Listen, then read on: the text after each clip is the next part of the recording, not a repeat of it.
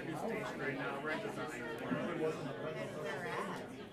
Probably be up like public works out there, Gillsland Road. It's the only place we can do it. But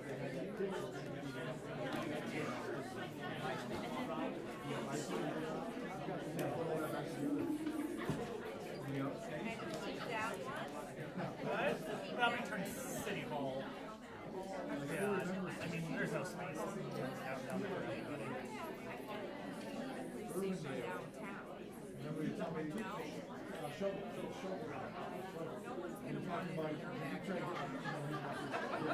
And it was in an overtime match.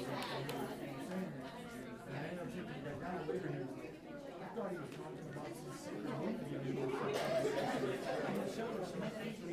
Nice to see the guy just slowing down. Yep. He got one worse. And then the funniest is when we were at Skater, I seen him where I lost that Friday night.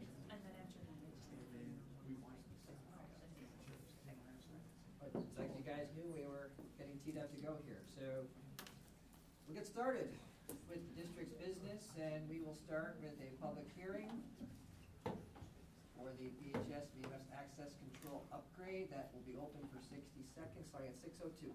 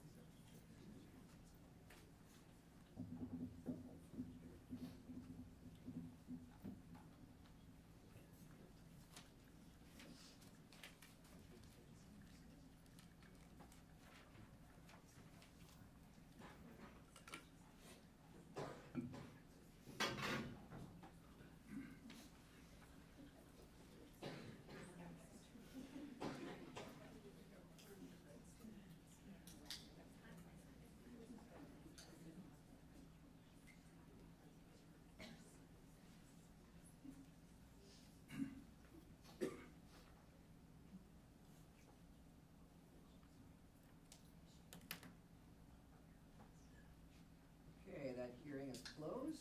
Now we'll transition to our regular business, starting with the pledge.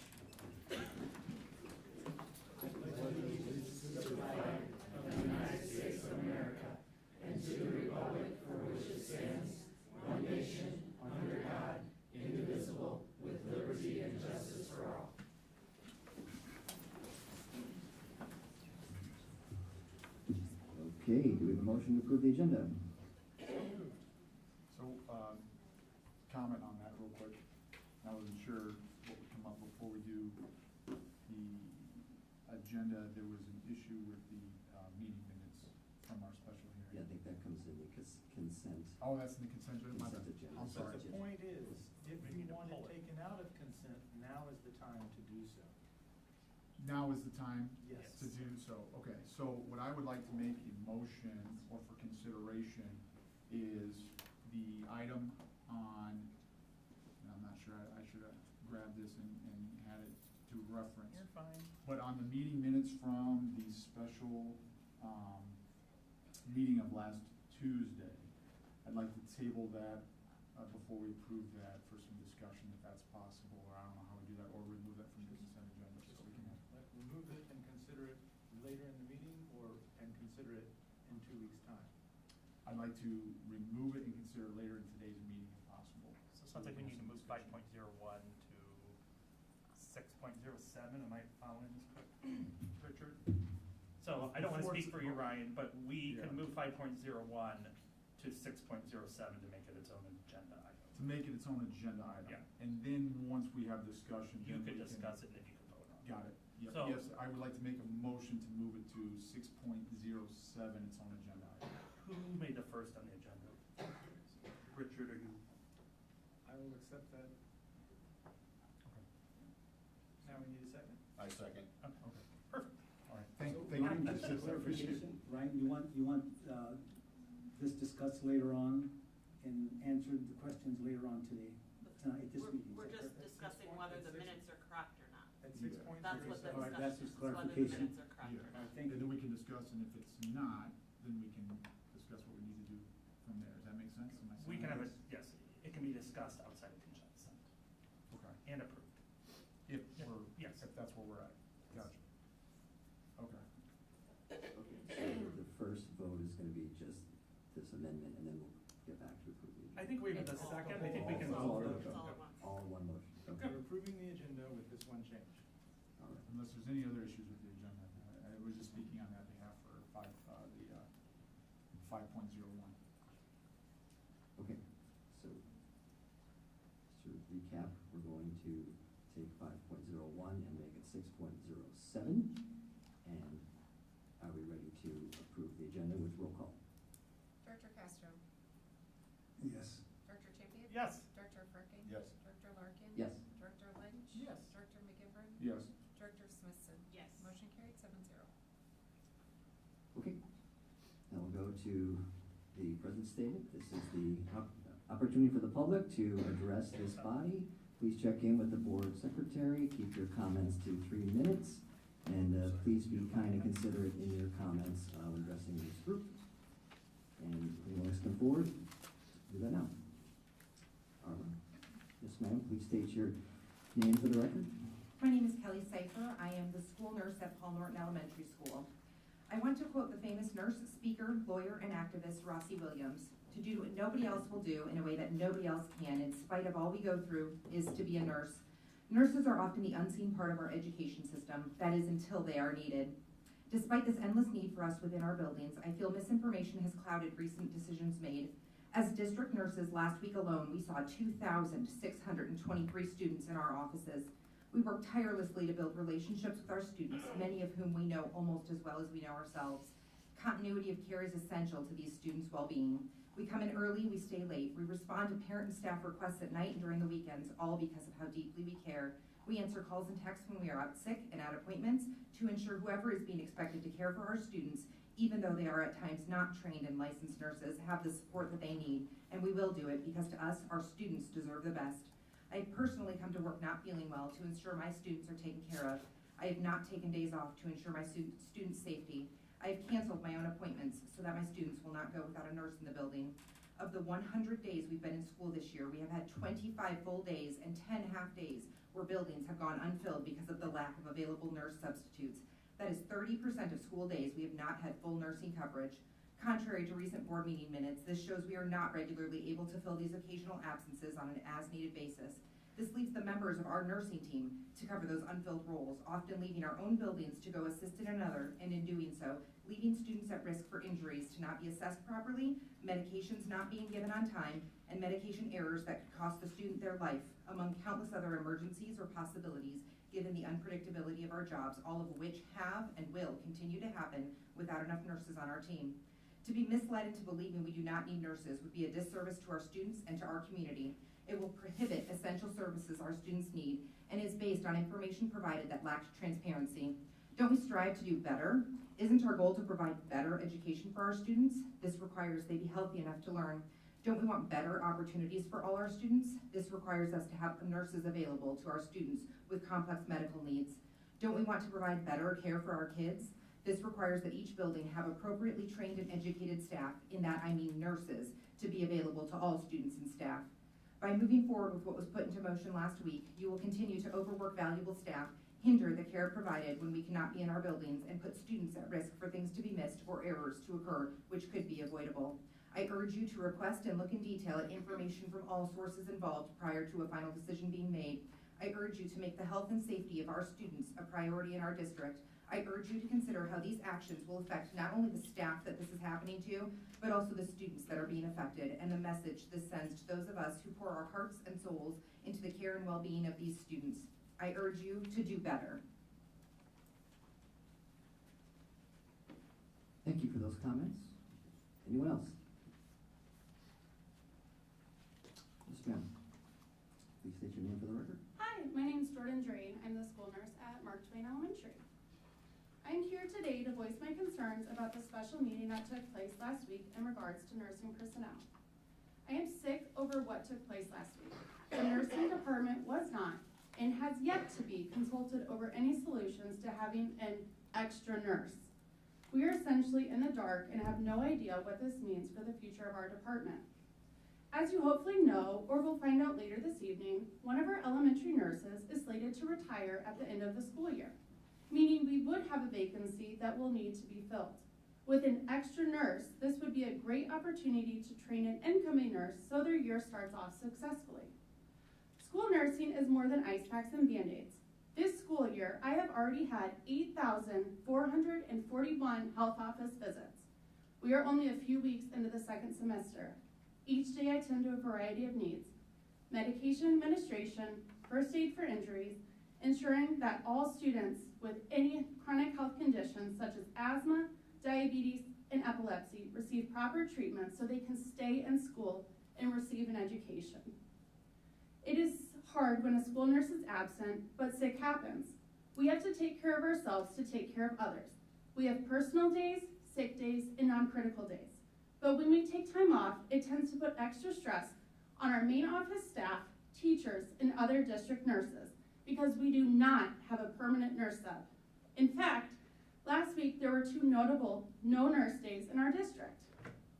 For example, last Tuesday, I was pulled from my elementary building of 413 to sub at the middle school. While I was away, there was a potentially life-threatening med error that took place. This could have been prevented if a registered school nurse was in that building.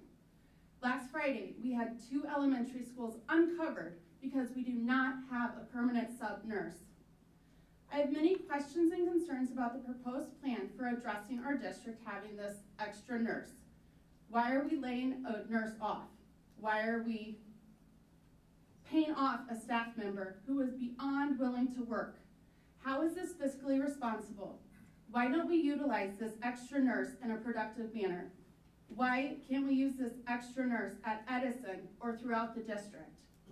I sincerely hope that those in front of me see how this is not just impacting staff members, but students as well. Continuity of care is essential to students' social emotional learning. Relationships are key.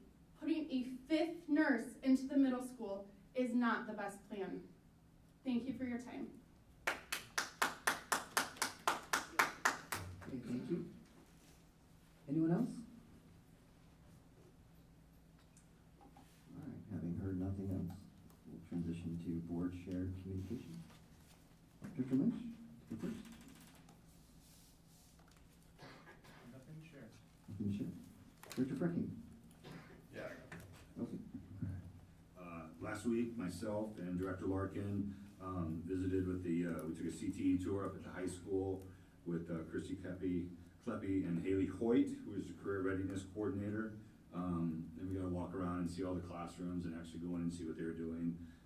This is a very important program. It's a pathway that offers students opportunities to personalize their education based on their career interests. I'm glad that we have this at the high school and it's offered to our kids, and the teachers and Haley are very passionate about this, and it was an amazing experience. I also visited Paul Norton Friday with Director Castro and Director McGivern, and we were shown around by Heather Budd. It was very busy, but still took the time, and we were up there during their lunch period, and it's a great culture up there. The kids were amazing. And I was at Mark Twain Friday morning, and I got to witness the High Flyer Award that they pass out, which is a teacher-nominated award, and it was really neat to experience that. And then also I want to give a shout out to Jessica Rumney, who is the trainer at Bettendorf High School. She has racked up some awards this year. She is the Mid-American Athletes Trainers Association Young Professional Distinguished Award winner. She's also the Iowa Athlete Trainer Society Secondary School Athletic Trainer of the Year Award winner. And most recently, she is the Rock Valley Athletic Trainer of the Month. She's been at Bettendorf for 9 years. I actually worked with her when I was coaching, and she is the best in the business, and we're very fortunate to have her here. And I know all the kids and coaches just absolutely love her, and I just want to give her a shout out. Thanks very much. Director Champion. Just want to say thank you for the hospitality of Grantwood, and Mr. McGivern and Mr. Larkin and I visited there last Friday. Nice. Director McGivern. All right.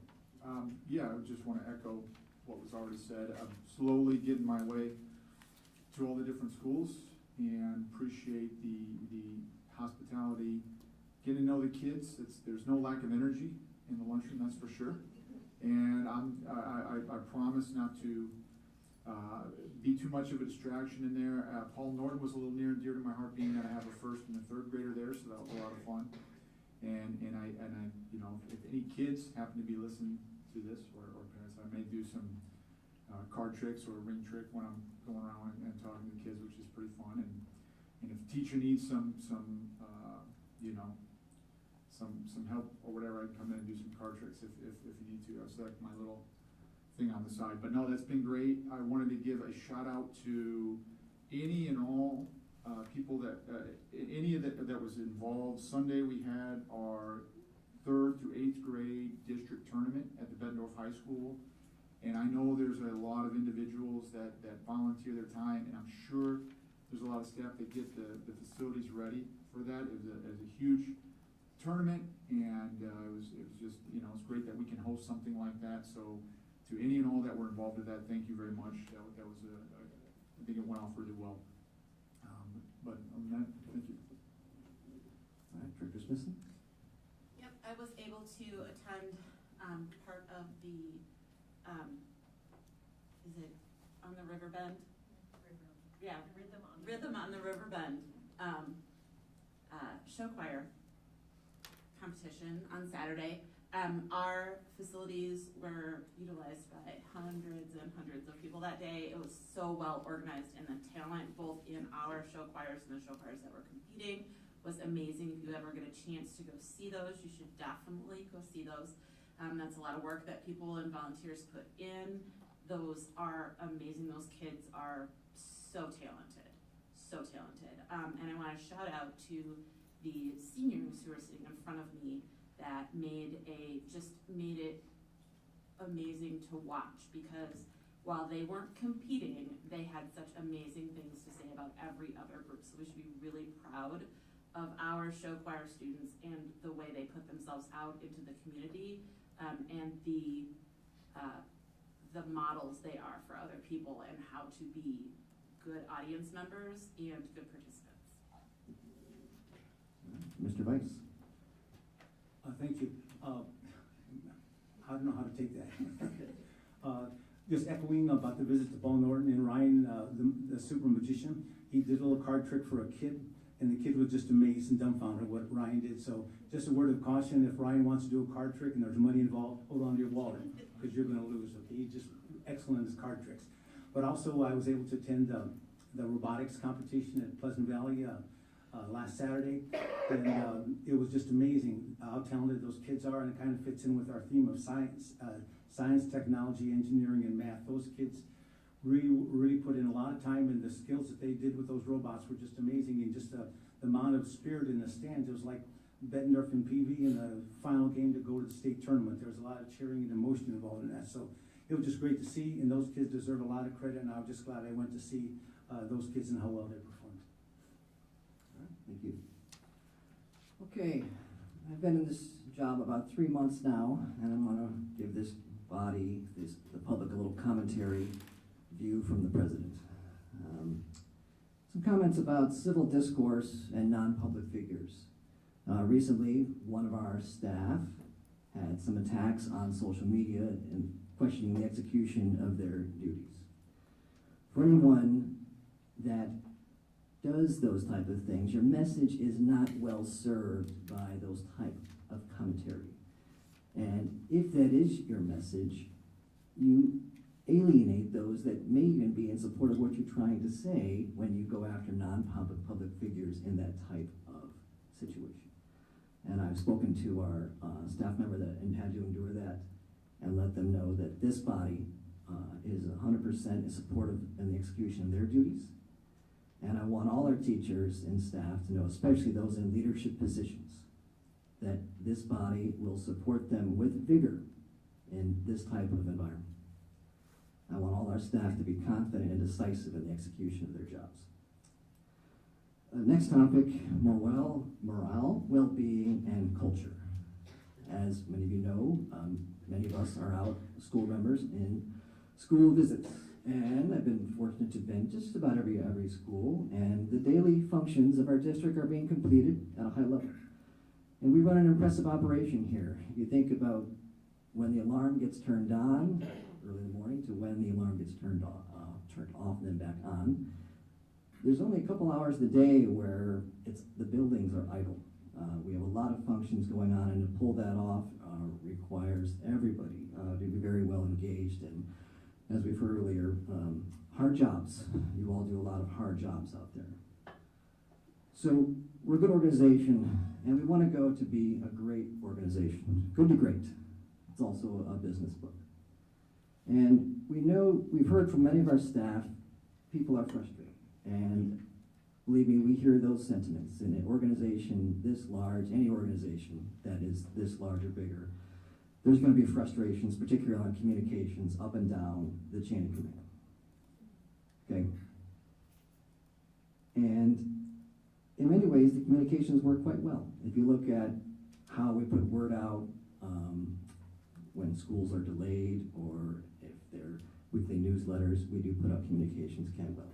The internal communications, for those that are frustrated, believe me, we hear you, and if there's improvements to be made, we're going to look into that. And as we go into the end of this year, over the summer, we'll be doing strategic reviews, policy reviews, and ensuring we're set up for timely communication flow, and that those end users are getting what they need. A question that I usually ask when I'm in schools, if anybody talks to me, is, are you getting what you need? Is there anything you need you're not getting? And I also engage in conversations about our attendance, if we can improve our attendance. So I'm interested in those high-level ideas for you, and if you have something, we'll take a look at it. Now, one of the governing principles in large organizations is start at the lowest level, okay? Work your way up, inform your chain of command, document, and escalate. And I'm confident our governing policies and our contracts address those type of things.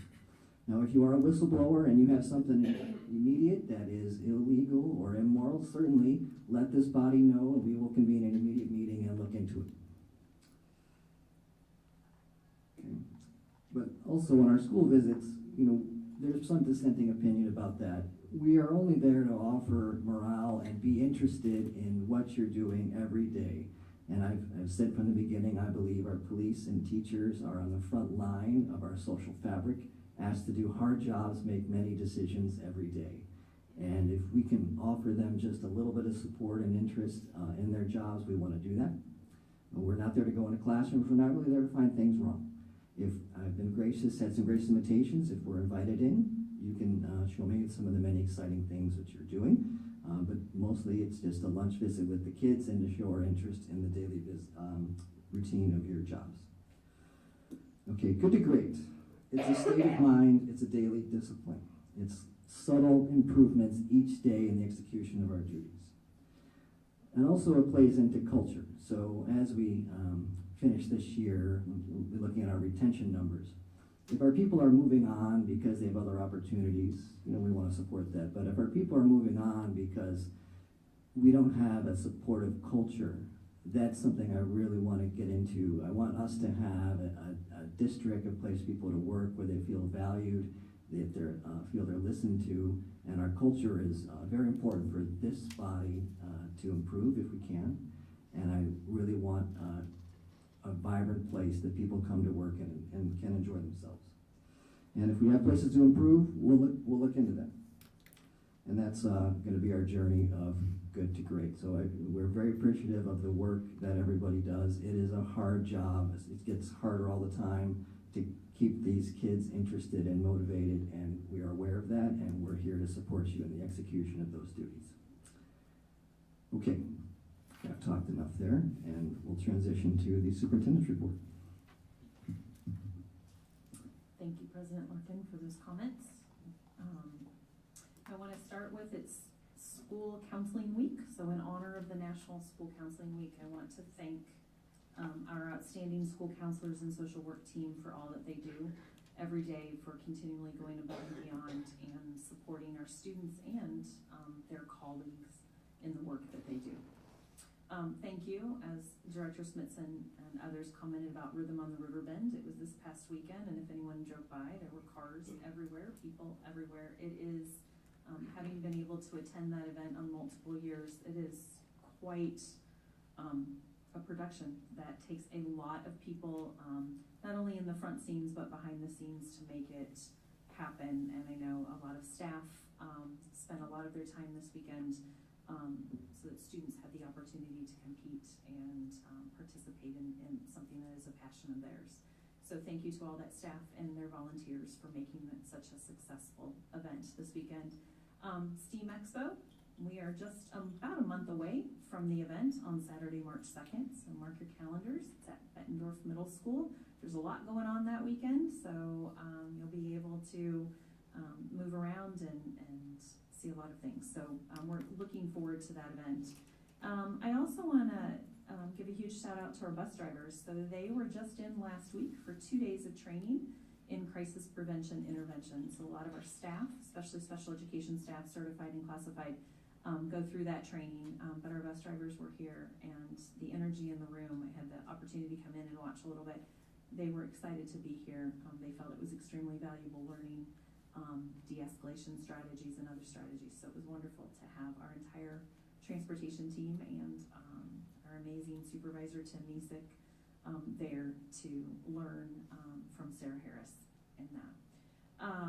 Tonight on the consent agenda, that'll be before you guys in just a few minutes, there's a contract and an MOU. Spring Forward is a nonprofit organization. They've done a lot of work on the Illinois side. Through my work with United Way and other community partners, we were approached that would we be interested in possibly piloting. So they provide before and after school programming and summer programming for students. They are in all of the schools in Rock Island, and I can't remember how many they're in Moline, but they're in multiple sites. But they were looking to expand and offer services at no cost to a district over in the Iowa side.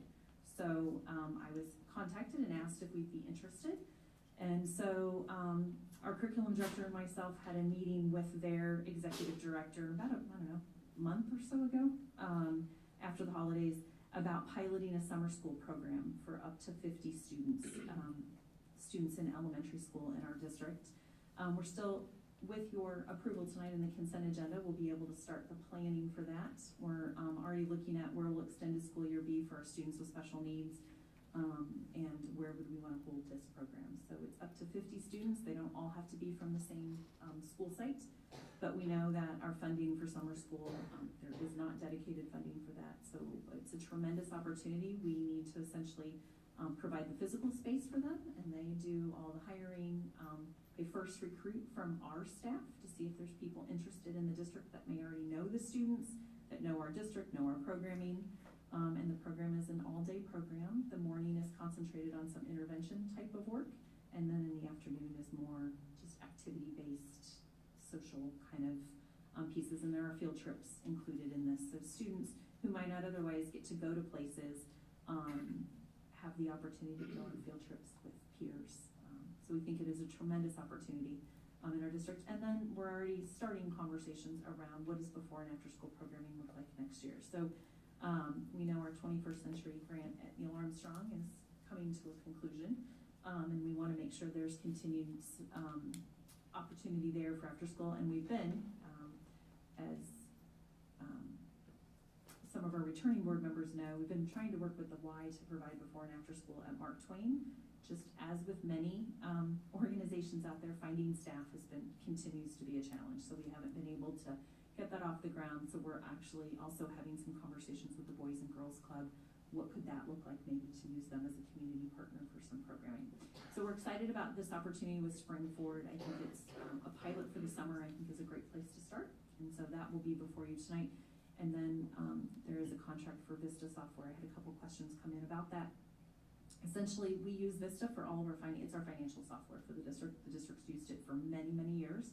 They've created a new module that requires some additional cost. They offered for us to pilot it for the remainder of the year at a prorated cost because it's not for the full year. So that is before you tonight as well. But it will assist in budget projections, salaries, benefits, and statutory costs that could help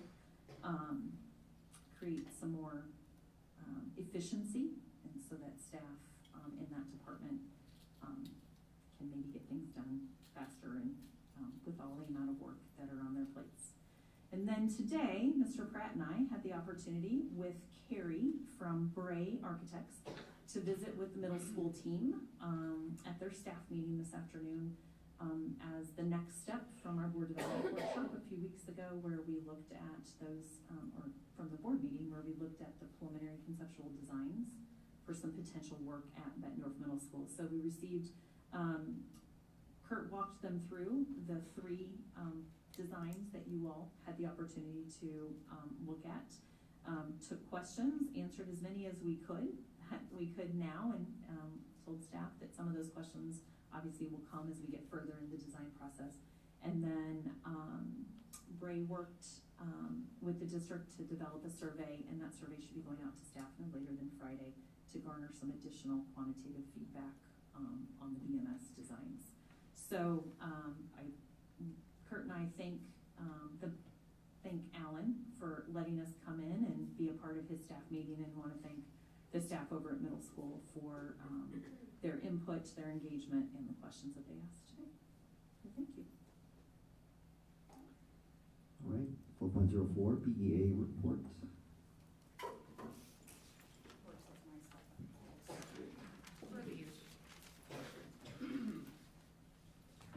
Today I have Melissa with me. She is our vice president. So,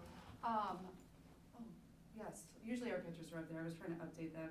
But I just wanted to say, one thing that happened recently was the middle school production of Finding Nemo Junior. So I'm hoping that you guys had a chance to go see that. It was amazing, and I remember seeing Alan after the show, and I was just taken back about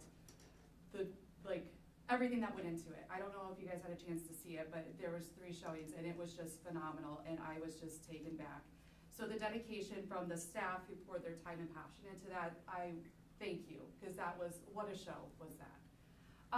So I want to start by recognizing how amazing our teachers are. Every day our teachers show up and do their best for all of our students. I also want to give a special recognition to our counseling staff. This week is Counseling Appreciation Week, and we are very blessed as a district to have amazing counselors who will work with all of our students.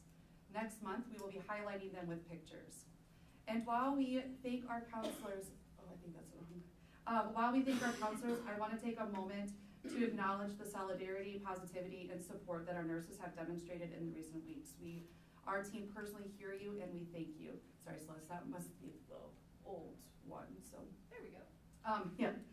I am going to be reading just because today's been a long day and I don't want to misspeak. So, today, actually, we had our BEA meeting. We held this tonight with our members. Again, at these meetings, we share celebrations, concerns, and offer support.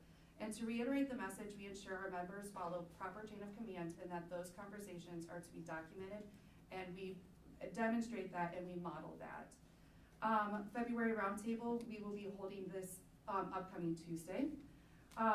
Dr. Moore, Smiley, Melissa, and I held our first Check and Connect. We will this morning, and we will continue to revise how this looks and the structure we will follow going forward. Last night, Holly and I participated in the ISEA and University of Iowa Labor Center workshop on recruiting and retaining teachers. There were also 2 of our board members that attended. The Iowa State Education Association partnered with the University of Iowa Labor Center on a workshop to educate school board members on how collective bargaining can be used to recruit and retain staff. The workshop was a public event geared towards school board members and local association leaders. This was a 90-minute Zoom workshop presented by the University of Iowa Labor Center and sponsored by the Iowa State Education Association. Participants learned how Iowa Code Chapter 20, the law governing Iowa public sector collective bargaining, and discuss how to recruit and retain employees at Iowa public schools by enhancing positive labor relationships. We are currently awaiting further information from the state and have sent our initial intention to negotiate letter to the board and the district. Additionally, we are going to share the following statements provided jointly with ISEA Legal and Director regarding our intent to bargain letters and information requested by February 16th. Communications by BEA and school board members, Iowa Code Chapter 20. The Iowa Public Employment Relations Act prohibits the public employer and a certified employee organization like BEA to bypass the bargaining representatives selected by the board and BEA in an effort to bargain directly with other board members and employees who are not at the bargaining table. Merely reporting the terms of a bargaining proposal or other factual information about the bargaining process without coercion is not prohibited according to Public Employment Relations Board, Clark Community Education Association versus Clark Community School District, case number 8268 from 2011. Request for information related to bargaining is a request by certified employee organizations like BEA must be furnished by the employer if the information is clearly specified and if it may be relevant to bargaining or administration of the collective bargaining agreement. Arrowhead Employees Association versus Arrowhead Area Education Agency 5. Case numbers 2521 and 2614 in 1984. Furthermore, we must make a statement regarding the minutes of Bettendorf of the minutes from January 30th, 2024. Section 3, the text of Section 3 does not specify that it is the statement of the superintendent to the board, and instead appears that it is general discussions or statements attributable to board members. Omissions omitted from the minutes are 1, the superintendent's withdrawal of her notice of recommendation to terminate the continuing contract of nurse Roxanne Salvador, and 2, cancellation by the board of the private hearing requested by Mrs. Salvador and the objection of her legal counsel. Thank you.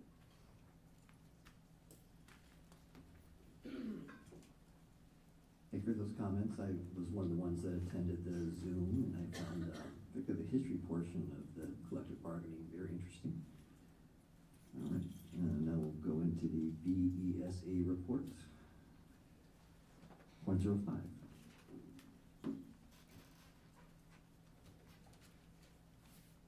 Good evening. We have a short report this evening. We held our monthly meeting this past Monday, and our next roundtable with central office is on Monday, February 12th. We're looking forward to getting started with the negotiation process soon.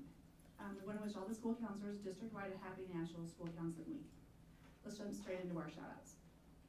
I want to give a personal shout-out to the BCSD custodial team. As we've mentioned earlier, we had several large events over the weekend, and BHS has a large number of events that happen during the evenings and on weekends, many of which are outside of district bookings for our PAC and our gym. I work many of these events as an event manager and see firsthand the dedication of this team. The BHS custodial staff and, when needed, custodial staff from other buildings put in an amazing amount of extra hours ensuring these events have the staffing necessary to be successful. They are the rock stars behind the scenes to make those events run smoothly, and I just want to give them my personal thank you. Chad, Judy, and Mark Twain would like to recognize paraeducator Roxy Alexander. Roxy is always looking out for the best interest of our kids. She even went out of her way to get her sub license to help relieve the sub shortage in our building. Corey S. Baum at Hoover would like to recognize Secretary Jenny Blackman. Jenny's a ray of sunshine at Hoover Elementary. She's warm and welcoming to students and families as they enter the building and help with whatever they need. She takes initiative and gets projects done to help things in the building run a bit more smoothly. Our main office would not be the same without her presence. And Heather Bett at Paul Norton would like to recognize paraeducator Tara Martinson. Tara always has a smile on her face and a positive can-do attitude. Tara builds relationships with students and understands their needs very quickly. She goes out of her way to make each student she works with feel loved and safe while at school. She always gets down on their level and attends to students' needs in a discreet way. She's always willing to jump in and lend a hand wherever she's needed, and we're very grateful to have Tara on our staff at Paul Norton. I'll be honest, this is one of my favorite parts of coming to board meetings. Our classified staff go above and beyond daily for our students and staff, often spending time outside their assigned hours to further their skill set in working with students, learning new software, and improving their technology aptitude. Many paras hold a sub-authorization and step in when asked to cover when we are unable to find guest teachers, which unfortunately also helps them not have the students that they need support covered. But they do whatever they can to pitch in and do whatever we need in the buildings to make it work smoothly. Across the board, our classified staff are dedicated, loyal, and some of the hardest working individuals in our buildings, and I can't brag on them enough. And I appreciate you guys giving us a platform to recognize their efforts. Thank you. All right, thank you. The student board representative, Mr. Silvers. Hi, Charlie. Thank you, and good evening, directors. I do not have as much information tonight as I have had previously, but I do have a lot more than what it was 2 weeks ago. So to start off with, for student council, we have had two main focuses, Spread the Love Week and the Spring Dance. I'll start off with Spread the Love Week. So this is the week that is happening next week, is week with a focus on love, caring for one another, do so, Student Council is decorating the high school, and then we are also hosting a pride for writing Valentine's Day cards. Well, students can write Valentine's Day cards to whomever they choose on Tuesday. Additionally, outside of Spread the Love Week, on February 22nd, the high school is hosting the High School Exchange. This is something that our Student Council has done for many years now, and it is an opportunity for students from neighboring high schools to come here, see how our council runs, and our council members will go to those other high schools and see how theirs run. It's an opportunity to exchange ideas, and it's a wonderful time for students to learn activities, ideas, icebreakers, and so on that they can share with their student councils and bring back home. Next, the district conference for the IASC, that is the Iowa Association of Student Councils, is being held on February 28th at Oskaloosa High School. The majority of our council members are attending, and it should be a great opportunity for leadership for them all. Next, we do have our spring dance coming up at the very beginning of March. It'll be on March 2nd, and then we'll have a pep assembly the Friday before that, March 1st, to celebrate, get students excited and ready for the spring dance. So now some fundraising opportunities that are coming up and that have already occurred. Starting off, I mentioned before the Penny Wars activity that we did. We managed to raise over $800 for the Student Council General Funds just based off of that alone. And then we've also had several other smaller fundraisers going on. Last Tuesday, some of you may have seen at the PV versus Bettendorf basketball game, our sophomore class was hosting a auction. They managed to raise, I forget the exact amount, but a decent amount of money. And then our senior class has had an ongoing raffle right now. So in a moment, I'll give a short sales pitch, but so far it has been going well. But that's sales pitch. All right. So I will have all of you guys listen up because I would absolutely love to leave the room without any of these tickets. So just grab this.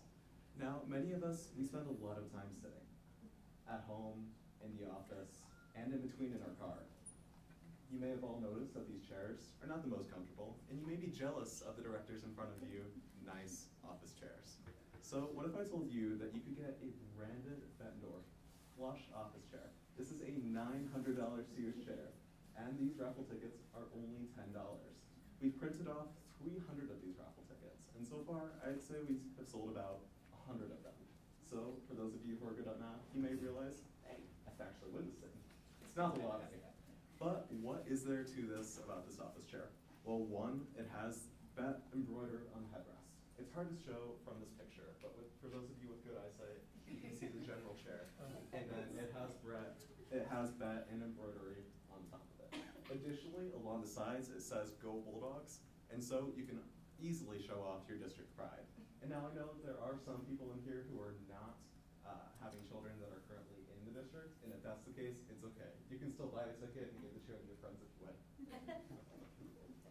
With that being said, all the proceeds being sold from these tickets being sold goes towards supporting the class of 2024 senior prom held on May 4th at Putnam this year. We would really appreciate the funds as we're looking to secure awesome decorations for our seniors and making a night for them to remember. Sales pitch is over. Now, There's your first ticket, right? Not the first, though. Not the first. The first one today. all right, and then now I would like to amend a statement I made previously at the previous meeting. I did thank the anonymous donor for the boards being updated. There was no anonymous donor. It was a shifting of building funds that made that occur for the boards outside of our hallway. That was interesting. And so it was just those boards that were updated and not the other recognition boards throughout the school. I try to stay on top of it. And with that being said, I don't have many recognitions tonight, so I would like to give one to the show choir because I know just from talking to my own friends who were dealing with it, some of them were at the high school from 7, 8 to 12 at night. And that is 7, 8 a.m. to 12 a.m. for those hearing that. It is insane what they do, but the BHS show choir people here are amazing. They're some of the loveliest people in the school that I've had the chance to meet so far. I do not have anything else to share, so do we have any questions at this time? Seeing none, I will be holding these raffle tickets up. Don't forget, this nice $900 chair could be yours for the low, low price of $10. Thank you, directors. Okay, now I'll transition to a little more lively segment to 4.07. Director Lynch. Bettendorf Middle School 8th graders Samantha Hajini on clarinet, Owen Blades on trumpet, and Luke Levitt on euphonium were selected by audition to participate in the 2024 Southeast Iowa Bandmasters Association, or SIVA, Honor Band. This event was held at the University of Iowa on Saturday, January 20th. Congratulations to all three, and special tip of the hat to Luke Levitt, who was named as an alternate for the All-Iowa 8th grade Honor Band. Congratulations to the junior high honor band. All right, now we'll go to 4.08 and 09. Director Smithson. Bettendorf High School has earned their first slot to the National Speech and Debate Association's national tournament this summer, which will be held in Des Moines from Sunday, June 16th to Friday, June 21st. Congratulations to Charlie Silver for qualifying to attend in the Senate for Student Congress. Connor Heppner finished as third alternate, 5th place overall for the House in Student Congress. Bettendorf High School finished in 2nd place in the Congress Sweepstakes Awards. Congratulations to those students. The speech and debate team also ended this weekend with the following students returning with trophies. These are from the Husky Howler competition. Cato Fernandez and Cameron Ritchie, quarterfinalists in the public forum debate. Charlie Silver, 2nd place in the U.S. extemporaneous speaking and 3rd place in spontaneous speaking. And McKaylee Wilson, 3rd place in program oral interpretation. Congratulations to Charlie, those can you students. tell me where the Husky Holler is? Yeah, so the Husky Howler Invitational was held at, I believe it used to be called Des Moines East, it may still be, but Okay. that school in Des Moines. Good morning. Awesome. Thank you.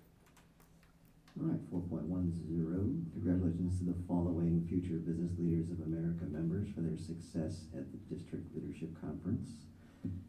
A couple of names to recognize here. Mark Hukoke, 1st place in accounting, 1st place in personal finance, 3rd place in business calculations.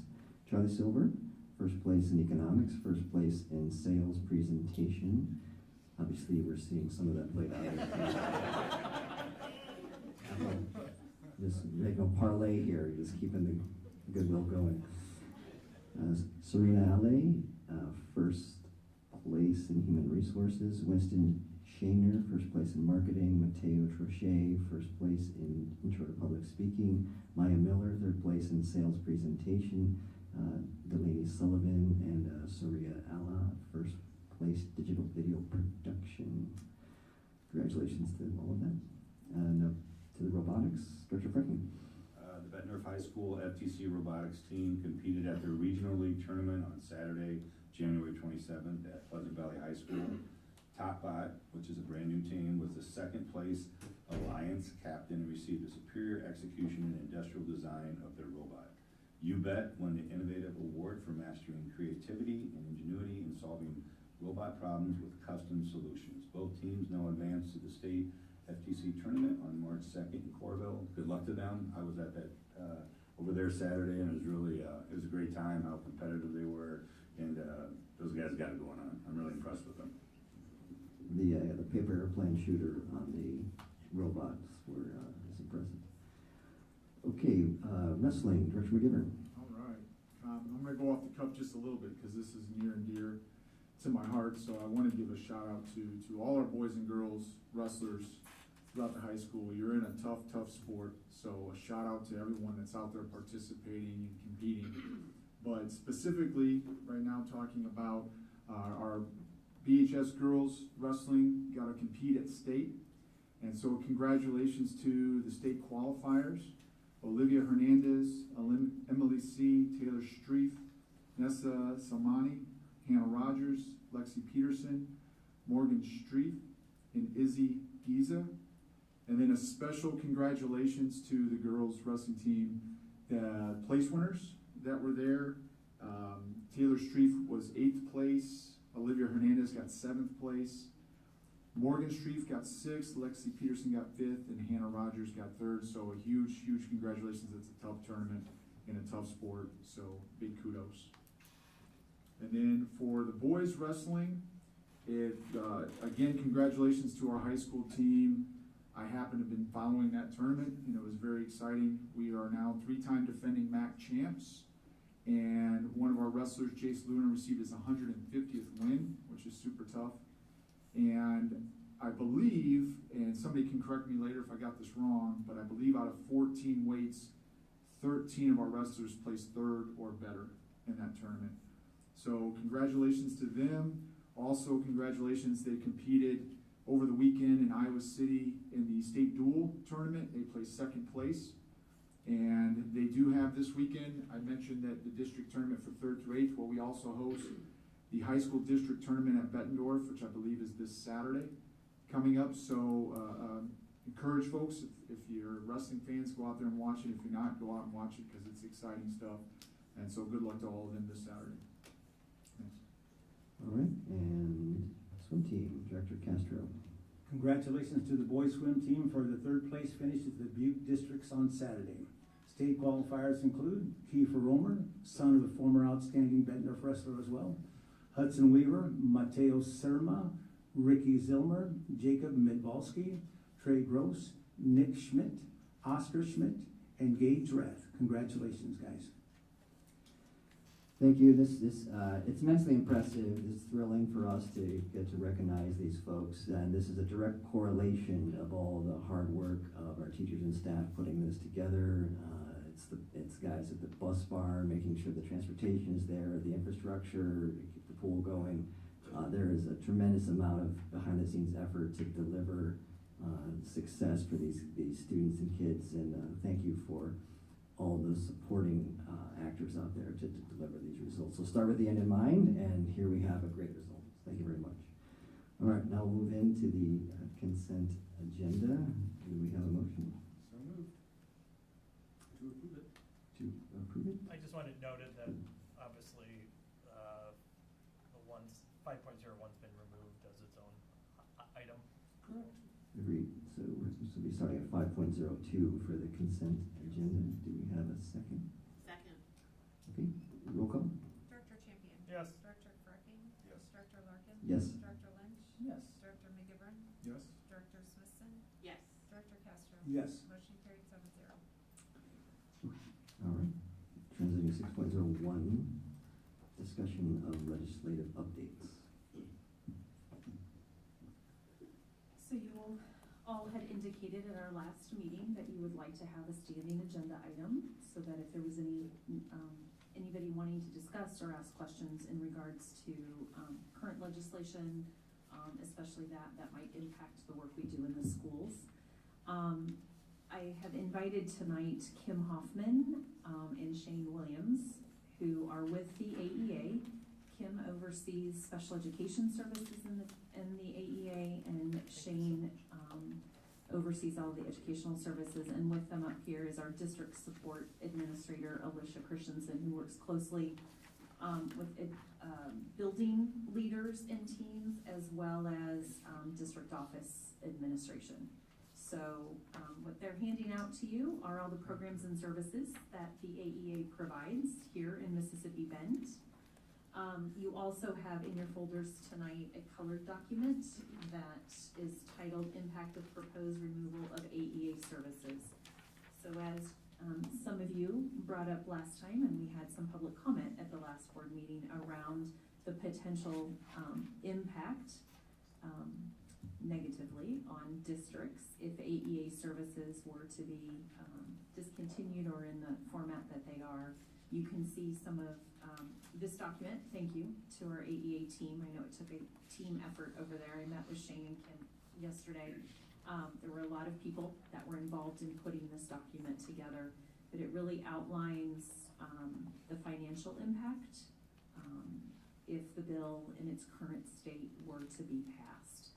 So I'm going to turn it over to you all as directors for any questions that you have, but I also want to turn it over to our guests tonight for them to share any information you'd like to learn more about and any questions you might have for them.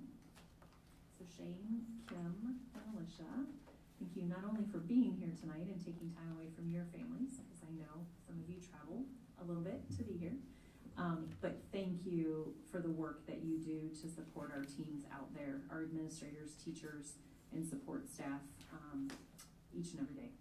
So, and I also see some other AEA staff hiding back there.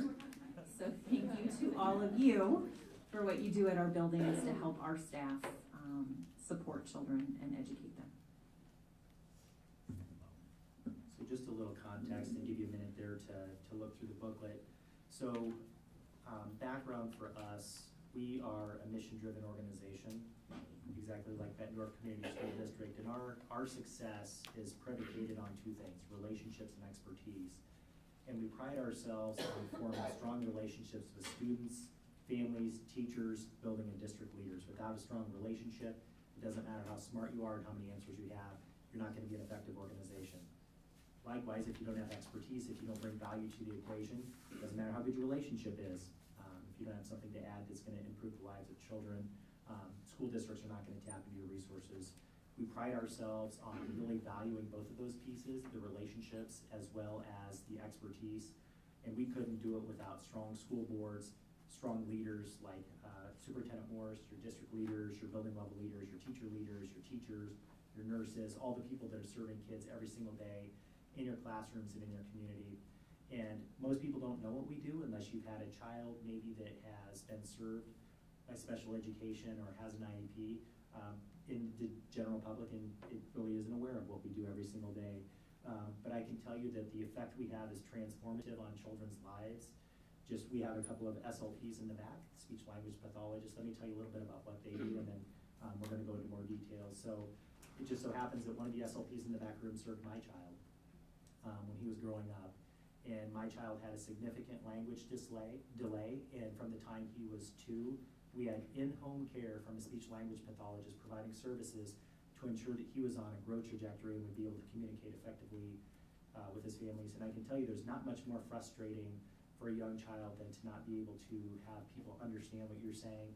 It's not just about the language and the cognition and the academics, it's also about the self-concept and how challenging that is from a social, emotional, behavioral standpoint if a child, it's very detrimental to their growth and their development.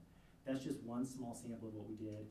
Because of the services provided by Erica and other SLPs as he went through his trajectory, he was able to exit his speech language IEPs in 8th grade now, and he's highly successful. We could give you countless stories of children that have come home from the hospital, parents who don't know what to do because their child has a significant delay or has a physical disability, and the AEA is there to welcome them when they get home and to tell them it's all going to be okay. We wrap our services around children with disabilities, oftentimes from the time they're born until they're 21. Those are the types of services we provide, and we're there for every step along that journey. And that's just one small snapshot. So our funding is bucketed into 3 areas: special education, which I've kind of highlighted there, media services, which we can certainly unpack more, and then educational services. So Kim is our director of special education, and she's going to talk just a little bit more of the specificity in terms of what we do from a special education standpoint.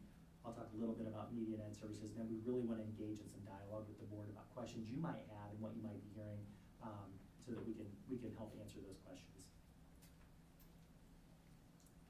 Thank you very much for the opportunity to be here and the invitation, Dr. Morris. We greatly appreciate it. So just to expand a little bit more on our special education services, it's about 70% of our funding and about 70% of the work that we do. Most of our staff are special education specialists, ranging from speech and language therapists to occupational therapists, physical therapists. Early access teachers would serve our 0 to 3 population as well. So that's really kind of the game that we're in, is hiring specialists that are trained and certified in the ability to provide services for students with disabilities.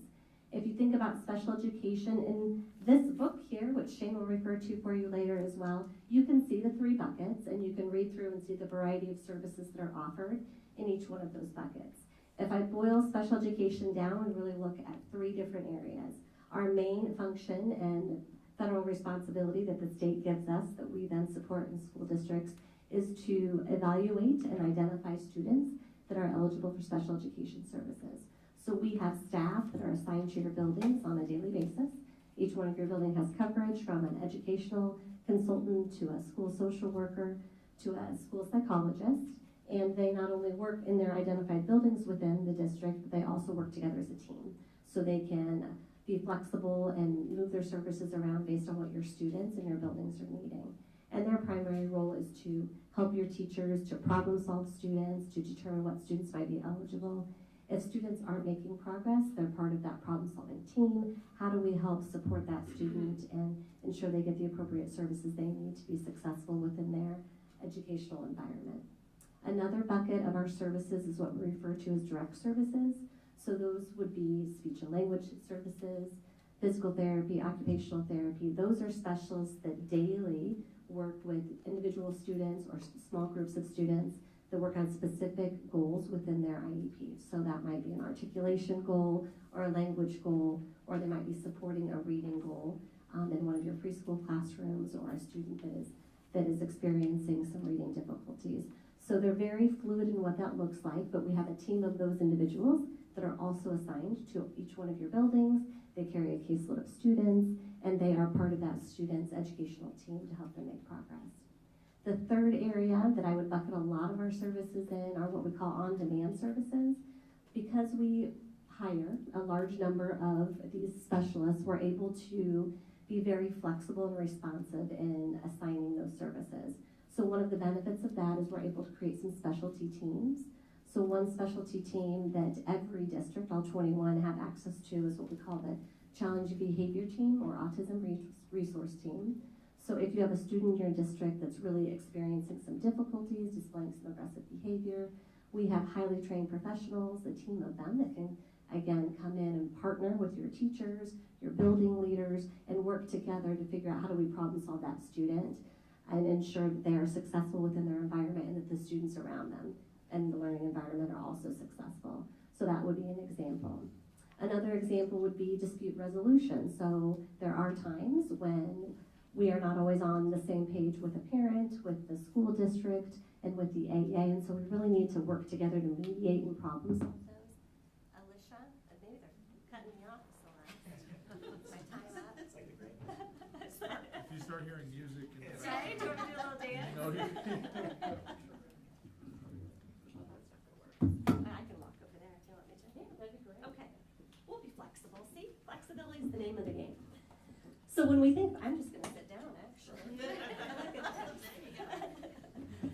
You might have to get a hook and kick me out of here.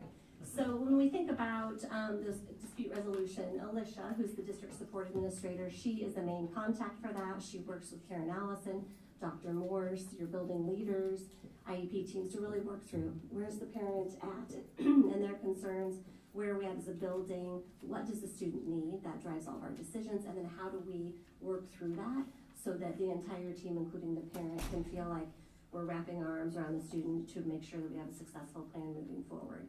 So there are a number of those services that you'll see listed in that section, which are available just based on your need, so that you can be reflexive and responsive as a school district to the varying needs of students as you move through.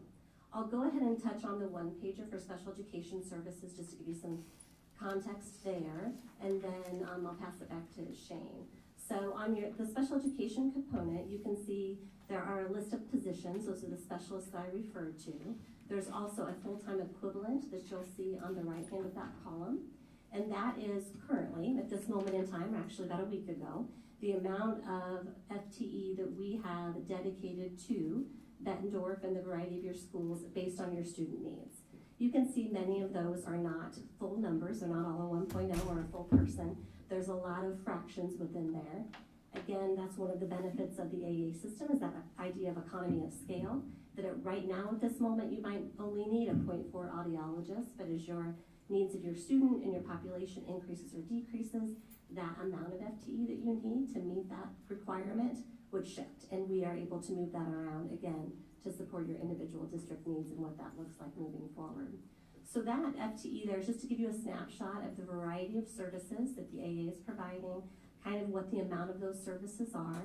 The big takeaway from that document is the idea that that number is constantly changing. And with Dr. Morse's experience and expertise in special education, she knows this better than most of us, and that it's constantly changing. When a student moves in, or when a current resident student, their need increases, we have a federal obligation to be able to meet that student's need and make sure we have those services in place as soon as reasonably possible. And so again, the AEA, because of the economy of scale, we can support districts and buildings in ensuring those services are in place moving forward. So you will also see on that one page in the upper left-hand corner, there's a number. That number is the AEA system's best guess right now. When we look at the governor's current amended bill, she's talking about the flow-through dollars that typically come to the AEA, having those stop in the district, and having you have the ability to determine how you want to use those dollars to provide many of the services that you see listed there. I say that's an estimate because there's still a lot of question about what all is going to be included in that number. So we think it's important that districts understand that that's I don't want to say a shot in the dark, but it's a guess at this point. It could be higher, it could be lower, about those dollars that would be available to you, special education dollars in particular, that you would then utilize to provide services. Yep. I have two questions Yes. for you. First, as I read those numbers, essentially we benefit from just short of $2 million of those pass-through that our services come back to our district. But if we were to lose the AAs, it would cost us almost $2.7 million for about a $700,000 increase in our district's costs for the same services. Yes, so that's exactly what that number is showing you. So in that upper right-hand corner, that is an estimate based on if you were to go to the private market. So you were to work with, let's say, a hospital or a private therapy organization to purchase your speech and language services, your physical therapy, OT services. Those are going to cost more than again, because of the economy of scale, what it would cost for the AEA to provide those services to you. So yes, you're exactly right. And my second question is looking at this list of current FTEs. So hypothetically, if the bill were to pass, AEA audiologists who are no longer available, we would either have to try to find someone part-time or try to get lucky enough to find a district somewhere nearby that happened to need 0.56 audiologists. Correct. In which case we could hire somebody. But then we'd have to go through all of the time and money and complication of sorting out some sort of cross-district agreement about how we share and whose official employee they are and how the other percentage is paid, just to get the one person that we're already, to get the part-time support that we are already able to get with no additional overhead costs. Exactly, and so that's the other challenge of what you see is there's a lot of functions that happen behind all of those individuals that are coming into your district to ensure that you have the services you need. So there's infrastructure, there's administrative costs, there's a lot of efficiencies that you will lose that are not benefiting you. I imagine we might have to hire additional human resources people. We try to be as lean as possible. Yes. But we probably need additional support there. Probably an just to additional manage all of administrator, this. just to manage, make sure that you have all the right personnel and you can move them around to ensure that those, again, federally required services are in place. That's what's unique about special education is we have federal code that tells us that we have to develop a plan for students that are eligible, and then the district is required to provide that service. And so the AA is in place to help make that an efficient process for you. Yes? I have kind of a question or comment about that. So Bettendorf is now one of our larger districts in our state, and we would then be competing for people to fill these positions, right? So there's nothing that would say in here that say a large district, like one very close to us, wouldn't decide, well, we want a speech language or a teacher for the deaf and hard of hearing. We only need them 60% of the time, but we'll go ahead because we need them and we want them and we have a little bit bigger budget. We'll keep them the whole time, right? Potentially, yes. And we would be competing against. So how many districts currently use the AEA? So we have 21 public school districts that we're responsible for. We'd all be competing for those same people. Yes. Yeah. And that is gonna be detrimental to some small districts. I worry about that specifically, of how that would impact our smaller districts. We're not a huge district, and for us to be able to hire a .4 physical therapy, nobody's gonna take a .4 job, right? And if we can't find another district close enough that will work in their schedule, right, that has a .6 need, we may or may not be able to find that person. Exactly, yep. So you guys do have a very solid understanding of how our system provides a lot of efficiencies to you and your ability to ensure that you're meeting your students' needs, which is the biggest concern with this entire bill right now, is that we're gonna lose the economy of scale. You're gonna have winners and losers in districts and being able to coordinate, and just the burden that will be placed on each individual district to go out, hire, recruit, hire, and then manage all the pieces is pretty significant. Do you have a question, Paul? Well, kind of, but I read a little bit of the bill, and the governor right now has $73 million of kind of fund some new employees and things like that, $73 million and then start them out at $50,000. I think would go to that, and then 12-year teachers would go to $62,000. So right now, tentatively in the budget, she's set aside $73 million. That could go up, for a little better sweetening of the pot, things like that. Then she's got $23 million to pay districts of all sizes to come up to speed on the salary requirements. So that's another pot of money. And then she has $10 million in American. That's not a, yeah. So people can hear you back there, since we have a Sure. little audience tonight. Sure, Thank you. I'll Sorry, start, I just- should I start again? No, Okay. you're fine, that way people can hear you, especially Sure. at home. So we got $96 million so far, and another $10 million in the American Rescue Plan to create a merit teacher incentive fund to reward teachers for student improvement. So we got $106 million on the table right now. That pot could be sweetened more. So, if we have to hire more, if the districts have to hire more teachers, maybe some of that money could be used for that. So that's one thing. That's to for consider. teachers, that's for current teacher salaries. And hiring, from what it said here, to hire for new Teachers, for these new are pay not, these are increases. specialists, they're not teachers. Well, I don't know what, They're specialists, that they're could not, be, they don't if have they're new teaching. teachers, well, I don't know how that's gonna be. But, I no, don't know. well, I can tell you, Yeah, could you hire? these are a school social worker, a school psychologist, a physical therapist, those are not certified teachers. Those don't come under that money for teachers.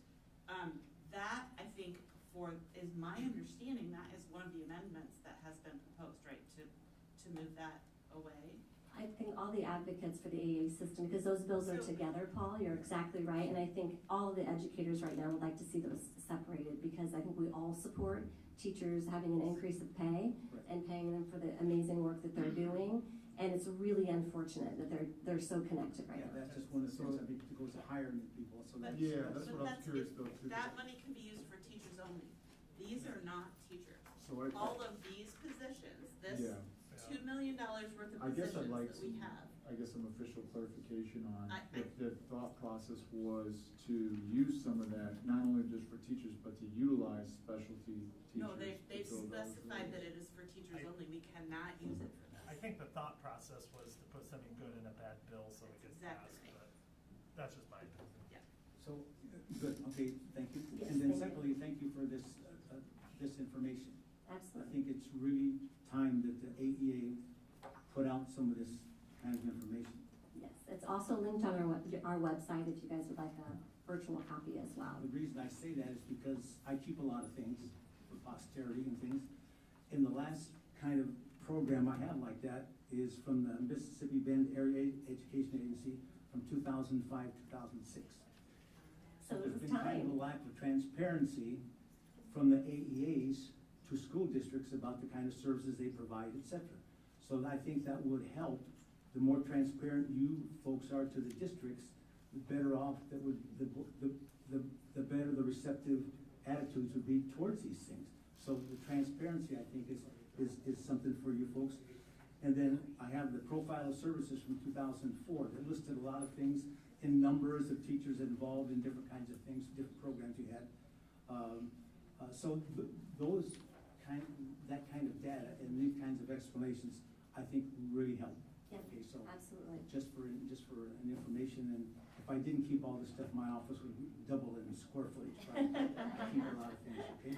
All right, thank you, Paul. I did read an article in the Des Moines Register last week where Kim Reynolds is quoted by saying, since somebody brought up her governor, that school boards generally don't know what the AEAs do. So I think we have 7 people at this table now that can accurately answer the question that we do know what they're doing, and the exactly what they're doing. Do you guys have any extra copies of this?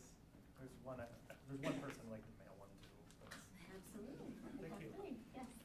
So, and you're just talking about, so you have just talked about one of those three One buckets. We have bucket. two other full Yes. ones. I think it's really important to understand, and for the whole board to understand, that if a student has an IEP and it's determined that they need one of these services, it is our obligation. By federal law, we have to pay whatever money it is to get that service here. The AEA saves us a lot of money by being able to provide those services because they serve so many districts. And in the And long term, administrative oversight. And administrative oversight as and well. in the long term, the AEA saves property taxpayers Yes. lots of money. Yes. Because They any do. special education monies that we are obligated to spend are not reimbursed through SSA, That is but correct. are eventually recouped through property taxes exclusively. Yeah, I think it's really important for people to understand that we absolutely can't say, well, we don't have a physical therapist. We have to find one, whatever the cost is. If we have to have them drive from Des Moines, we have to have them drive from Des Moines. It is federal law. If it is decided that that is what that student needs, we 100% have to figure out how to provide it, no matter how much it costs us. And the AEA is so incredibly beneficial in just that regard. The thing is, you said it's 70% of what the AEA does, but the other things that you do are really, really important to the district as well. Yes, so if it's okay, let's transition to highlighting the services that we provide in the other two buckets, and then we can open it up for general questions. I will be concise here. In the book, you'll notice that there are two additional sections, one of which is media services.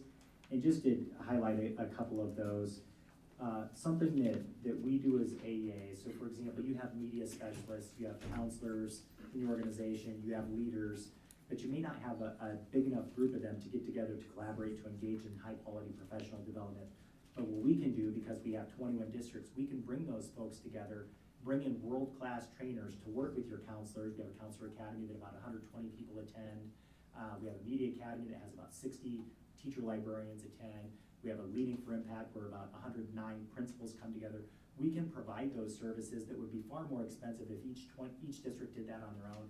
Furthermore, you benefit from that cross-district learning and collaboration that is unique among those specific professions. So that would be one area that we leverage our professional development dollars in. Something else that the AEA does, which maybe you wouldn't know about because it's invisible until it's not, and that is cybersecurity. So one thing that we've supported district on is making sure that their networks are not going to be exposed to cyber attacks. So last year we formulated a consortium where we could buy down the cost of a product called KnowBe4 to make sure that your networks were tightened up. And again, if you did that on your own, you wouldn't get the benefit of volume purchasing. You wouldn't have your tech directors collaborating across districts about the learnings that surfaced in that context too. So those are just a couple of things. We provide high quality professional development in the area of reading, which would be educational services, because we retain a large number of folks on our literacy team. If you need dyslexia specialists, we have 2 fully certified dyslexia specialists that can come out, coach and model teachers to make sure that those students with really challenging needs have their needs met, so we can coach and model teachers on those pieces as well. I think something just in general that makes the AEAs unique is our response time. So for example, Kim talked about some of our specialty teams. One team that we have is a crisis response team. It's a team that we hope we never have to use. Unfortunately, tragedies happen. And we have this team because we can capture and leverage the economies of scale and the efficiency. So we have a crisis response team that if a crisis does strike in your district, we will have boots on the ground that same day. Think about the expense that would be there if all 21 districts had to have their own crisis response team ready to go if something tragic happened, whereas we can do that. We deploy those services. We have those specialists, social workers, school psychologists, and others in districts that same day or the next day ready to respond. So those are some educational services, some ways that we do media. Another piece that I'll maybe talk about too is we provide bandwidth to 22, that includes some private schools as well, schools and districts. So the bandwidth buy down that we get, the cost you pay for gig is so much lower than if you had to go out on the open market and figure that out on your own. We provide the appliances, the filtering pieces as well to make sure that your students are safe and protected when it comes to access to the internet. On that same piece, we also provide a plethora of digital learning resources. So when your students are doing research projects, you maybe don't want them just going out into the whole wide world and searching things on Google and maybe potentially being exposed to things that they shouldn't. We have protected databases that students can use and leverage during their research projects that they're not going to be exposed to. They're high quality, they're vetted by professionals to ensure that they have not only accurate information, but also safe information. So those would be educational services as well as media services. And again, just to echo some of the same pieces that Kim talked about is having that volume, the scale that we can provide. Director Lynch, I think you were talking also about just the transaction costs that you would have to have. If each district had to go out and get that on there, it would be so duplicative if everybody went out and did that on their own, whereas we kind of operate at the nexus of those 21 districts, so we can economize on those transaction costs as well to keep those costs low so that we spend more of our dollars on kids and less on overhead and less on those pieces that are removed from impacting kids. Yeah.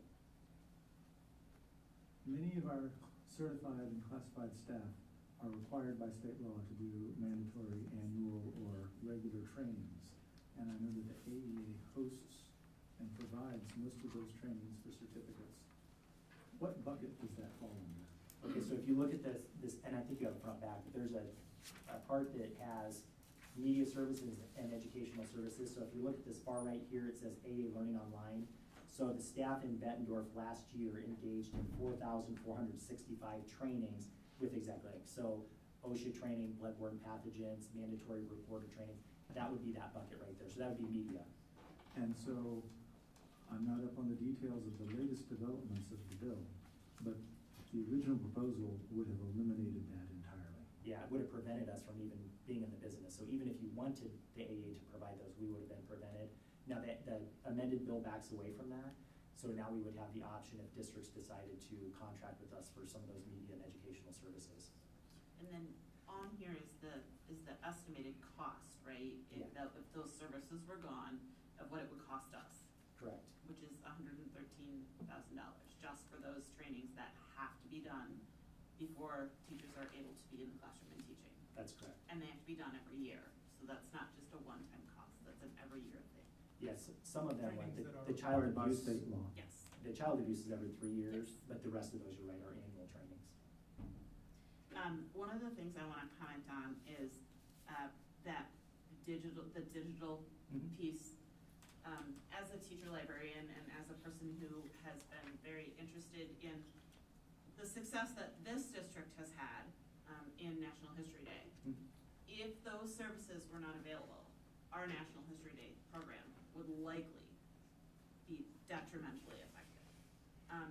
Those students do intricate research. They are searching for primary sources. They are the ability to have those dedicated databases is invaluable. What people might not know is that people come to our AEAs and say, we have this database, we would like you to pilot it. So currently the AEA is piloting 2 new databases. They get feedback from teachers, they get feedback from students. They say, is this something we want to put our money towards in the future? It's already been very well vetted, but then it's put through a pilot. So I know that, there's some concern of, where money can be cut, but in my experience, the AEA being able to provide those things. So another thing that you guys provide is the Mac and VIA platform, Right. correct? So what the directors might not know is that's literally an online library with thousands of resources and books that are provided to all 21 school districts for free. So our kids can get on, they don't have to go to the library, they have their computers at home, they can get on there, they can read a book. It's invaluable. I don't have to buy 6 copies of a book that our students are going to read for Battle of the Books. I can buy 2 because they are available through the AEA. The savings that the AEA provides is incredible. Yeah, and to that point, the total number of digital interactions in your district for last year were about 260,000. Yeah, that's a lot, a lot. Yeah, and I was just talking to our media specialist, our teacher librarian, and she said really an area that is growing and flourishing is the area of audiobooks. Yes. So more students of all ranges of abilities are really getting plugged into audiobooks, and that's an area where we need to continue expanding our services in response to school districts and the needs that are surfacing there. And what people might not know is that audiobooks, to purchase them, are extremely expensive. So it's not like you buy a book for a library and it costs $25. You buy an audiobook to be put on your platform for a library and it's several $100s. So, again, that's one of those things. One of the things I want to talk to you, what I wanted to mention too, is that professional development piece.